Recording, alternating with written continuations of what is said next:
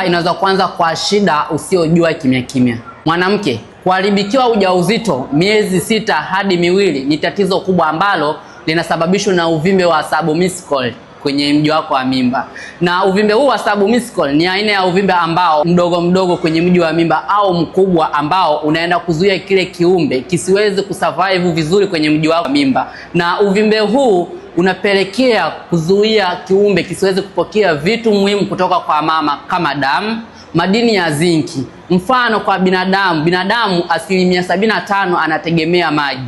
Kwa binadamu akikosa maji mwilini kupoteza maisha kwa muda mfupi sana. Sasa hata kwa kiumbe hiki tu ambacho umebeba tayari kinategemea damu pamoja na madini. Unapokuwa na uvimbe kwenye mji wako wa mimba uterus, uvimbe huu unaenda kuzuia kile kiumbe kisiweze kupokea vitu kutoka kwa mama. Ndio maana umekuwa ukiharibikiwa ujauzito mara kwa mara. Hii ndio sababu ambapo tunashauri kabla hujabeba ujauzito au kama una uvimbe, hakikisha unapata dawa la kwenda kusambaratisha ule uvimbe bila kufanywa upasuaji. Ikiwa ni wewe unapitia hali hii, tunaweza kuwasiliana niweze kukusaidia kutatua changamoto yako na uweze kubeba ujauzito. Mimba inaweza kuanza kwa shida usiojua kimya kimya. Mwanamke, kuharibikiwa ujauzito miezi 6 hadi 2 ni tatizo kubwa ambalo linasababishwa na uvimbe wa submucosal kwenye mji wako wa mimba.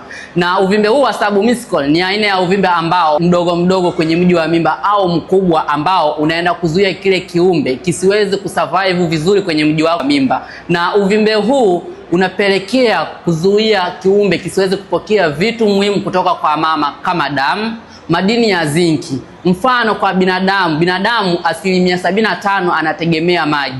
Kwa binadamu akikosa maji mwilini kupoteza maisha kwa muda mfupi sana. Sasa hata kwa kiumbe hiki tu ambacho umebeba tayari kinategemea damu pamoja na madini. Unapokuwa na uvimbe kwenye mji wako wa mimba uterus, uvimbe huu unaenda kuzuia kile kiumbe kisiweze kupokea vitu kutoka kwa mama. Ndio maana umekuwa ukiharibikiwa ujauzito mara kwa mara. Hii ndio sababu ambapo tunashauri kabla hujabeba ujauzito au kama una uvimbe, hakikisha unapata dawa la kwenda kusambaratisha ule uvimbe bila kufanywa upasuaji. Ikiwa ni wewe unapitia hali hii, tunaweza kuwasiliana niweze kukusaidia kutatua changamoto yako na uweze kubeba ujauzito.